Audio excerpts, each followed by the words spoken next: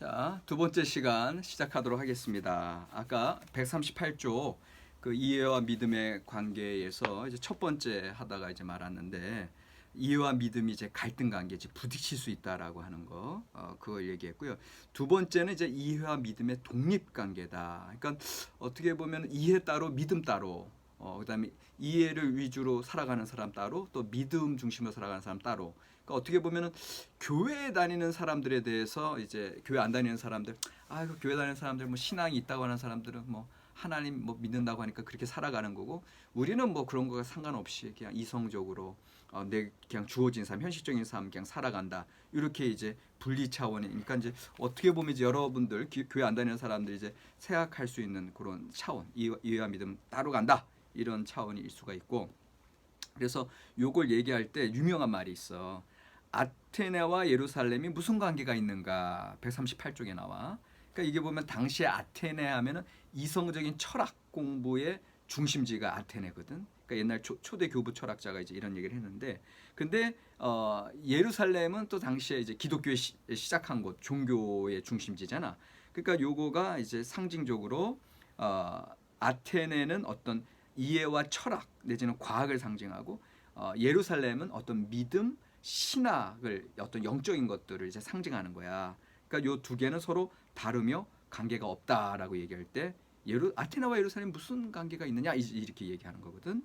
근데 요거에 오늘날로 얘기하면 아카데미 학교와 교회가 무슨 공통점이 있느냐, 이런 것도 생각할 수 있지. 그러니까는 학교에서는 과학적 이성적인 공부, 그 다음에 교회에서는 믿음, 신앙, 영적인 어떤 그런 수련, 이제 이런 것들이 이제 차이가 있다라고 이제 생각하는 거고요.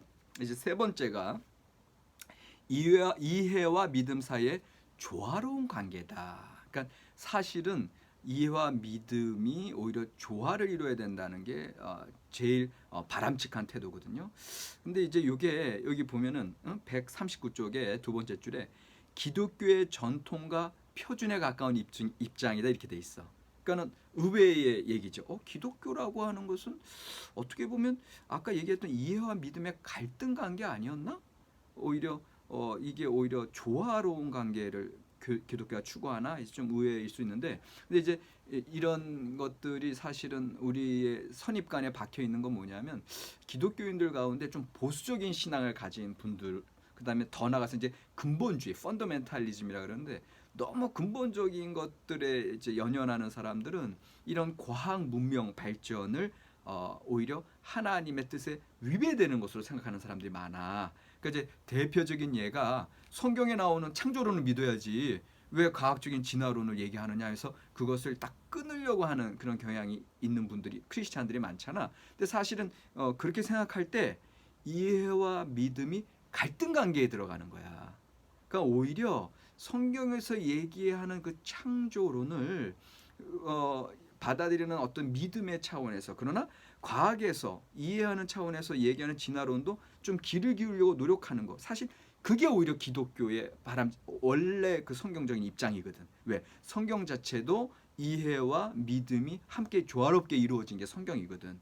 꼭 그 영적으로만 막 써진 게 아닌 거거든. 지난번에 얘기했듯이 성경의 형성 과정들이 있는 거거든. 성경의 형성 과정 가운데 그 사람들의 어떤 이성적인 그 경건한 노력, 그 필사가들이 그 수백 년, 수천 년 동안 이것을 필사했던 그런 이성적인, 합리적인, 상식적인 노력들이 들어가 있는 게 여전히 성경이거든.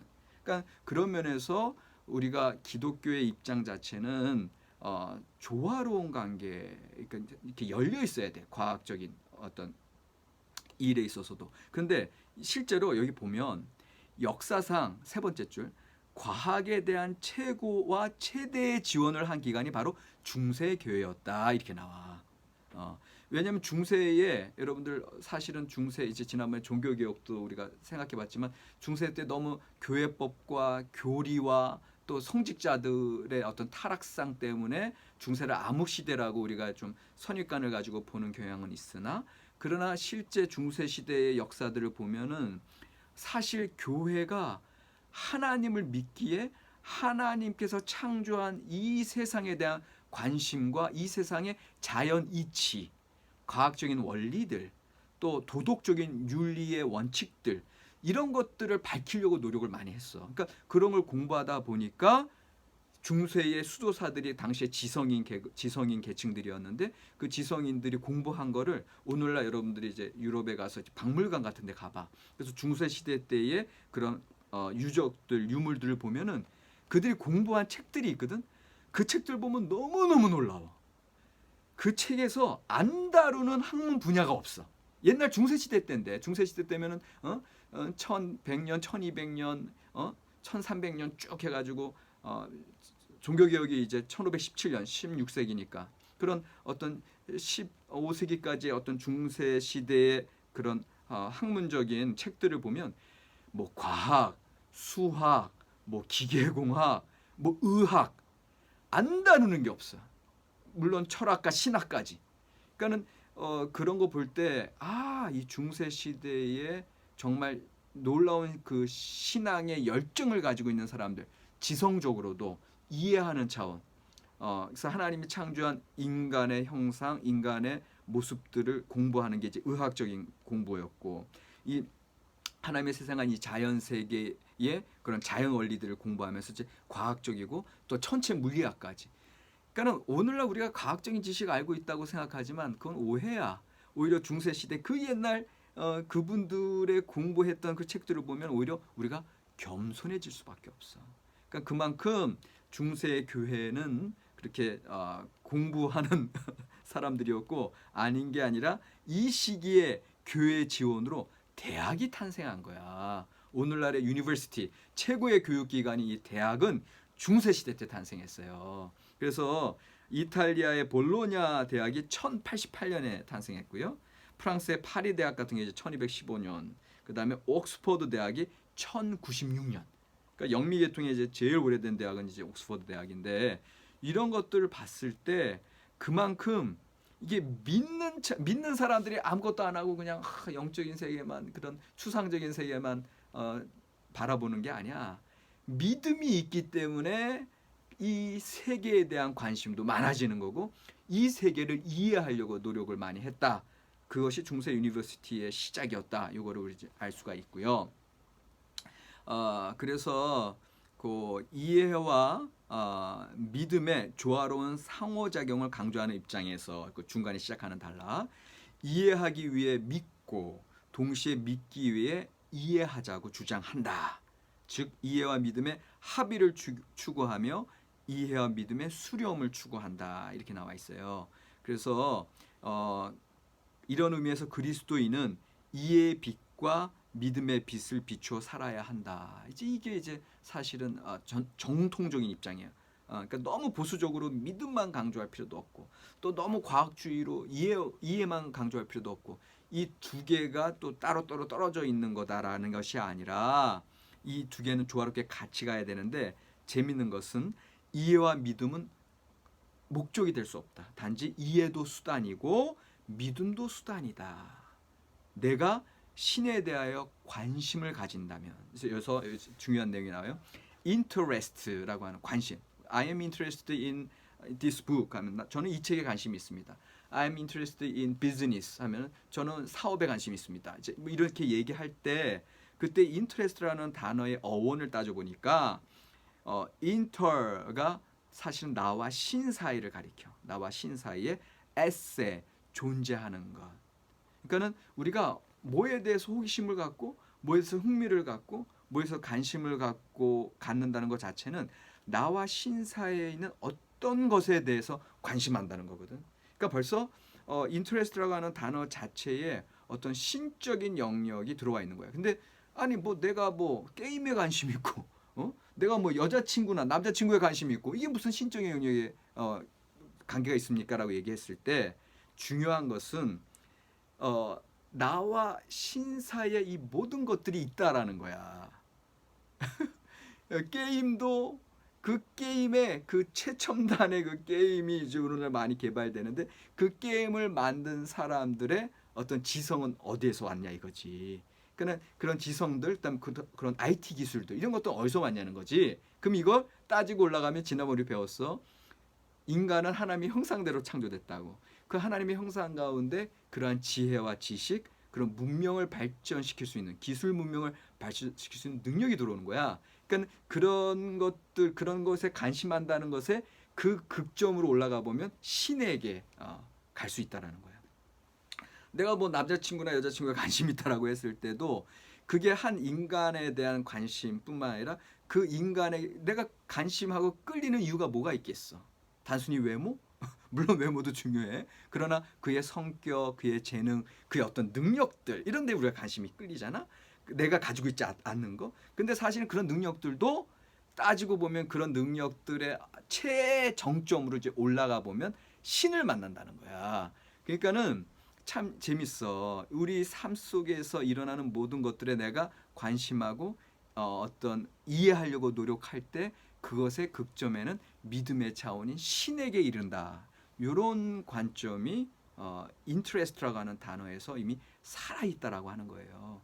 그러니까 그런 의미에서 우리가 단지 이해한다고 했을 때 그 이해의 밑바탕 아니면 그 이해의 근본이지 이해의 근본 아니면 이해의 최고 정점 목적에는 항상 어떤 신의 문제가 있다라고 하는 것을 이 책에서는 이제 쫙 그 밑에 깔고 이야기하고 있는 거예요. 그래서 이 이해와 믿음의 조화에서 실제로 그러면 우리가 이해와 믿음을 어떻게 조화해야 되느냐 했을 때 여기서 이제 첫 번째, 두 번째 요 이제 첫 번째는 이해하기 위하여 믿는다 이렇게 돼 있어. 최종적으로 이해의 목적을 가지고 믿음으로 먼저 나아간다는 소리야. 그러니까는 믿지 않으면 이해할 수 없다라는 거거든. 그러니까는 무슨 소리냐면은 사실은 여러분들이 이 안군조 교수를 이제 여러분들이 믿어야 제가 이야기하는 것을 여러분들이 이해할 수 있어요. 근데 이제 안근조 교수를 믿지 않고 뭐 저 사람 뭐 처음 보는 사람인데 저 사람 얘기하는 거 뭐 별로 신빙성 없는 것처럼 그렇게 이제 신뢰가 없다면 여러분들이 전혀 이 인간과 기독교 한 학기 동안 배워도 이해할 수가 없는 거야. 여기 제가 이제 여러분들이 계속해서 얘기하는 인간관을 기독교적인 인간관, 보편적인 인간관 이제 여러분들이 이해가 안 되는 거야. 그래서 믿음이 중요하다는 거예요. 먼저 이 사람을 내가 신뢰해야. 여러분들이 어떤 분야에 의사 선생님을 가서 의사 선생님이 말씀하시는 걸 내가 그 의사분을 믿어야 내가 그분이 처방하는 것을 제대로 이해하고 그렇게 내가 병이 나을 수가 있잖아. 근데 이제 요거를 강조한 분이 140쪽에 가면 아우구스티누스라고 하는 분이야. 두 번째 줄. 기독교 역사상 가장 위대한 사상가로 불리는 아우구스티누스는 자신이 만난 신 그리고 자신이 대화하는 신을 진정으로 보기 위해서는 먼저 신에 대한 믿음이 필요하다고 주장했다. 근데 이제 그렇게 이야기할 수밖에 없었던 건 뭐냐면 이 아우구스티누스라고 하는 분은 처음에는 전혀 신을 믿지 않는 사람이었어. 그리고 오히려 세상적으로 되게 방탕한 생활을 했어. 그래서 아주 어린 시절부터 그냥 동거하고 여자와 동거하고 자식도 낳고 그 다음에 그러나 또 사실 똑똑한 사람이야. 똑똑한 사람이라서 또 공부도 하여튼 열심히 하고 그 분야에서 이제 당시에 뛰어난 철학자로서 사상가로서 이름을 날렸는데 근데 뭔가 마음에 공허함이 있어가지고 다른 종교에도 빠지고 막 그렇게 지냈던 사람이야. 아우구스틴. 근데 그래가지고 그 진정한 어떤 기독교적인 신에 대한 이해가 전혀 없었는데 어느 순간 어떤 계시가 어느 순간 뜰에 있는데 어떤 음성이 들렸대. 책을 펴서 읽어라. 거기서 이제 책은 성경책이었거든. 그래서 성경책을 딱 펴서 읽을 때 그 말씀이 자기의 마음에 들어오면서 비로소 신이 믿어졌다는 거야. 기독교에서 말하는 하나님이 믿어졌다는 거야. 그 이후에 보니까 그 하나님에 대해서 이해할 수 있었다라는 거지. 그러니까는 믿음이 없이는 하나님에 대한 이해로 나아갈 수 없다. 그렇기 때문에 우리가 이해하기 위해서 믿어야 된다. 이렇게 얘기하는 게 이제 아우구스틴 입장이었고요. 반면에 이제 140조 두 번째 보면 믿기 위하여 이해한다 이런 게 있어. 그러니까 뭐냐면은 일단 이성적인 어떤 깨달음과 알미 이제 처음에 있어야 그 비로소 믿게 된다라는 건데 이제 요것은 또 다른 신학자지 안셀무스가 이제 주장하는 건데 사실 이 안셀무스가 이제 모든 중세의 그 위대한 사상가들의 이제 스콜라 철학이라 하는데 그 사상의 아버지인데 이 안셀무스는 사실은 이 사람들이 믿음이 없는 게 왜 믿음이 없나 딱 봤더니 하나님을 이해하는 게 없어서 못 믿는다. 이제 이렇게 판단하신 거야.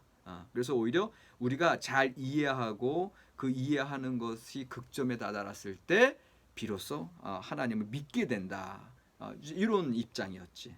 근데 여러분들 이제 생각하실 필요 없이 이해하기 위하여 믿는다. 알기 위하여 믿는다. 지금 이야기하고 있지만 사실은 두 가지가 같은 입장이라고 생각하시면 돼요. 그래서 이해와 믿음이 조화로운 관계를 이루기 위해서 어떤 분은 먼저 믿음으로써 이해로 나아가는 거. 어거스틴 입장. 또 어떤 분은 이제 아는 것을 통해서 뭔가 궁극적인 신과 믿음의 문제로 나아갈 수 있다. 이제 이 두 가지 입장인데 이거는 그냥 접근하는 것의 이제 차이고 여기서 주로 얘기하고 싶은 것은 우리의 암과 믿음, knowing과 believing이 항상 같이 조화를 이루고 가야 된다라고 하는 걸 이제 주장한다라는 거 아시고요. 그러니까는 사람마다 달라. 사람마다 어떤 사람은 그 믿음의 차원이 들어오면서 이해의 차원으로 가는 사람이 있고 어떤 사람들은 이해의 차원이 들어오면서 이제 믿음으로 가는 사람도 있어요. 그러니까는 그거를 이제 얘기한다고 보시고 자 141쪽에 현대 학문에서 이해와 믿음은 뭐냐라고 했을 때 현대 학문은 연구 대상에 대한 합리적인 탐구와 해석을 추구한다. 이제 이성적이고 knowing 아는 것에 대한 입장이죠.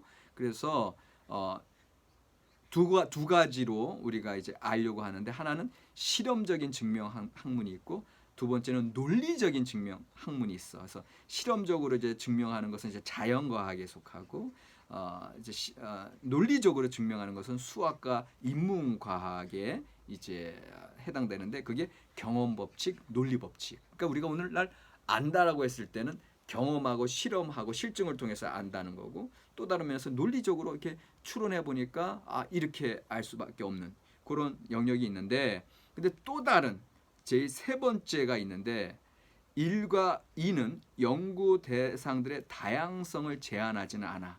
예를 들어 논리의 결정적인 수학에서 다룰 때는 무한 개념을 여전히 이제 실험이나 무한을 다루는데 오히려 실증하는 실험이나 그런 경험 관찰에서는 무한을 다룰 수가 없지. 그러니까 무한이라고 하는 거는 구체적인 물리적 대상이 아니라 추상적인 대상이기 때문에 그래요. 그 다음에 142쪽에 가면 이제 4번 1과 2는 증명과학 이전에 전제를 공유한다 이렇게 돼 있어. 그러니까는 여러분들 여기 이제 또 뭐 이게 3, 4, 5까지 있는데 다른 것들은 여러분들 이제 헷갈리니까 제가 이렇게 이 전제에 대해서만 설명할게요. 엑시옴 하면은 자명한 이치를 얘기해. 그러니까는 여러분들 그 오늘날 이제 여러분들이 뭐 지금 이해, 뭐 믿음 이제 여러 가지 얘기하고 있지만 여러분들이 뭐를 하나 안다고 했을 때 그 아는 것은 기존에 내가 갖고 있는 엑시옴 전제를 가지고 알게 되는 거야. 무슨 소리냐면 여러분들 부모님 우리 부모님이 나를 낳는 거 보지 못했잖아. 그런데도 우리 엄마 아빠인 걸 내가 그냥 믿는 거잖아. 그리고 그것을 전제로 여러분들 가정생활 이제까지 커온 거거든. 그러니까 무슨 소리냐면 궁극적인 전제가 있는 거야. 그 전제에 있어서는 여러분들이 그냥 믿는 거지. 그러니까 자명한 이치로 믿는 거야. 물론 그 자명한 이치가 어느 순간 한 10대 돼가지고 엄마 아빠가 날 주워왔대. 다리면서 주워왔대.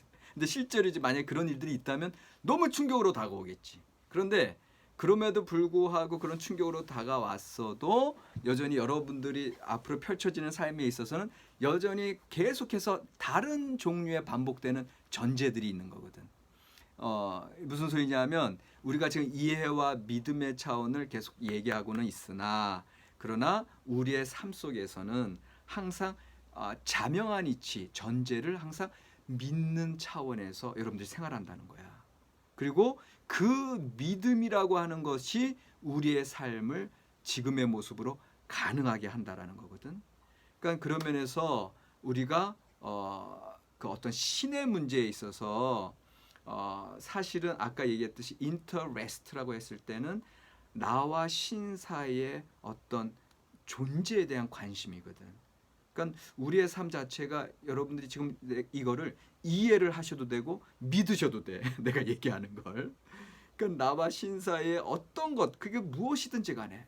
그러니까 여러분들 독서, I'm interested in reading 하면은 독서, 책을 읽는 것에 대해 관심이 있다라고 하는 것은 사실은 여러분들이 지적인 추구가 있다라는 거, 책에서 주는 새로운 정보나 아니면 책에서 소설책 같은 데서 펼쳐지는 그런 어떤 드라마에 이제 여러분들이 이제 관심이 있는 거거든요. 근데 그러한 것들로 그걸로 끝나버리는 게 아니라 그러한 책들에서 펼쳐지는 인생, 그러한 책들에서 펼쳐지는 흥미, 이런 것들이 다 우리의 지적인 영역이고 또 우리의 삶을 풍성하게, 우리의 감정을, 감수성을 풍성하게 해주는 요소들이거든. 그러니까는 참 이러한 것들을 여러분들 생각해 볼 때 우리의 삶은 참 다양해요. 그러니까 여러분들이 단순히 여러분들도 그건 알 거야. 나의 삶에 나의 마음속에서 이루어지는 모든 일들을 생각해 볼 때는 사실은 우리가 표현을 안 해서 그렇지 내 안에 소우주, 코즈모스, 수많은 것들이 오고 가거든. 그리고 이 수많은 코즈모스, 내 마음속에 하루도 수십 번, 수백 번의 새로운 생각들이 오고 가고 사람들과의 관계에 대해서도 막 이렇게 생각하고 이런 것들 자체가 여전히 나와 신사의 그 어떤 것들이고 이런 나의 소우주가 사실은 대우주, 진짜 이 세상, 이 자연, 하늘과 땅, 산과 바다, 그 다음에 이제 더 이 지구를 떠나서 이 온 우주의 은하계, 수많은 은하계, 이런 대우주와 연결되어 있는 거거든. 그러니까는 여러분들이 눈 뜨고 생활하는 한, 눈 뜨고 지내는 한 여러분들에게 들어오는 모든 정보와 모든 생각들은 다 가장 궁극적인 근본, 어떤 신의 문제와 연계되어 있다. 요거를 제가 얘기하고 싶은 거예요. 그리고 신의 문제와 연계되어 있다고 했을 때는 그 신의 문제가 이 두 가지가 같이 간다는 거예요. 신의 문제가 단순히 믿음의 차원만 있는 게 아니야. 이해하는 차원도 있어. 왜냐하면 그 신이 이 자연 이치 만들어 놨거든. 물론 이제 그런 창조에 대해서 신의 문제에 대해서 이해하지 않는 사람들은 이것이 그냥 뭐 진화론적인 거 창조적인 원리 이제 이렇게 얘기할 수도 있어요. 근데 이 사시사철 이 자연 세계의 원리들, 물은 높은 데서 아래로 흘러가고 그 다음에 겨울 동안에 죽었을 것 같은 그 나무들, 그 마른 앙상한 가지에서 다시금 봄이 되면 새로운 움이 돋고, 이게 창조 세계의 아름다움이고 경이거든. 경이, 신기함. 이런 것들에 과연 진화론적인 그런 우연에서 이런 일들이 세상에서 좀 일어나고 있을까? 뭔가 이 모든 것들의 근본과 최고 정점에서 작용하는 과학적인 원리와 이치가 있는 거거든. 만물의 이치, 만물의 이치. 그러면 그 만물의 이치를 이제 아는 것이 과학이고, 그 다음에 그 만물의 이치를 정한 어떤 궁극적인 존재가 있다라고 했을 때 그것이 믿는 게 믿음이고. 그러니까 여러분들이 살아간다고 하는 거, 우리 인간이 살아간다고 하는 것 자체는 그런 이해와 믿음이 항상 같이 가는 거고요. 그 이해와 믿음에서 궁극적인 전제, 액시엄이 있다는 거예요. 그 궁극적인 자명한 이치가 있다는 거예요. 그러니까 너무 자명하기 때문에 우리가 생각하지 못하고 살아. 이 공기라고 하는 너무 자명한 이치를 늘 우리는 공기가 있다는 걸 까먹고 살다가 우주 공간에 갔을 때 공기가 없을 때 느낄 수밖에 없는 거거든.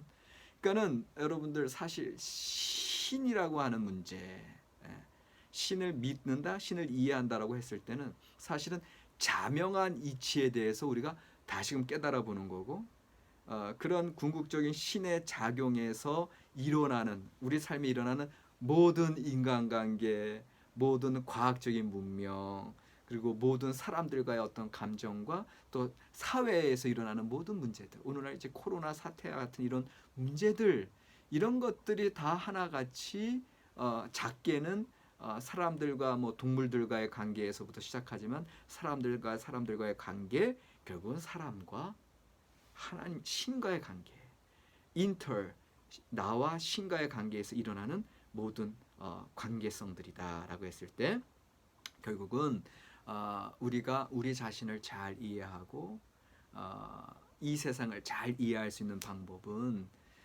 궁극적인 신과의 관계성이다. 그거를 이제 이야기하고 싶은 거고요. 그래서 여러분들 이해와 믿음을 이야기했을 때는 항상 이것이 기독교인이든 기독교인이 아니든 믿음 있는 사람이든 믿음이 없는 사람이든 내가 과학자든 과학자가 아니든 항상 같이 가는 문제다. 자명한 늘 전제부터 시작한다. 그리고 그 자명한 전제에 가장 궁극적인 한계 상황 너머까지 갔을 때 신의 문제가 항상 있는 거다. 그러니까 여러분들이 힘들고 어려울 때는 이제 어느 순간 인생의 어느 순간에 신을 찾을 수밖에 없어. 그러니까 왜? 그것이 우리의 본성이거든. 아주 궁극적인 자명한 이치로 나아가는 거거든. 그러니까 그런 면에서 여러분들 이제 믿음의 문제와 이해의 문제를 앞으로도 항상 같이 생각하고 살아갈 때 여러분들 삶이 또 균형이 잡힌다. 이제 이 얘기를 하고 싶은 거고요.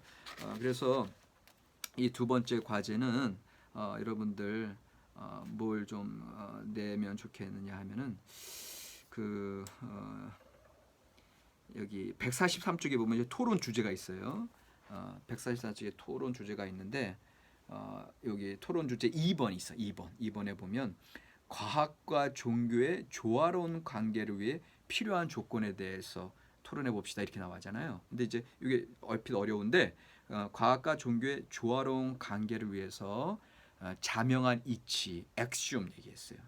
자명한 이치로부터 우리가 과학도 시작하고 종교도 시작하는데 그 자명한 이치로부터 이 조화로운 관계를 어떻게 이루어갈 수 있을지 뭐 어떤 것이 자명한 이치인 것을 우리가 깨달을 때 과학도 그렇고 종교도 그렇고 그걸 자연스럽게 그 둘 사이의 조화로운 관계성을 이루어갈 수 있는지를 이제 강의 통해서 들은 걸 잘 설명해 주시면 좋겠습니다. 수고했습니다.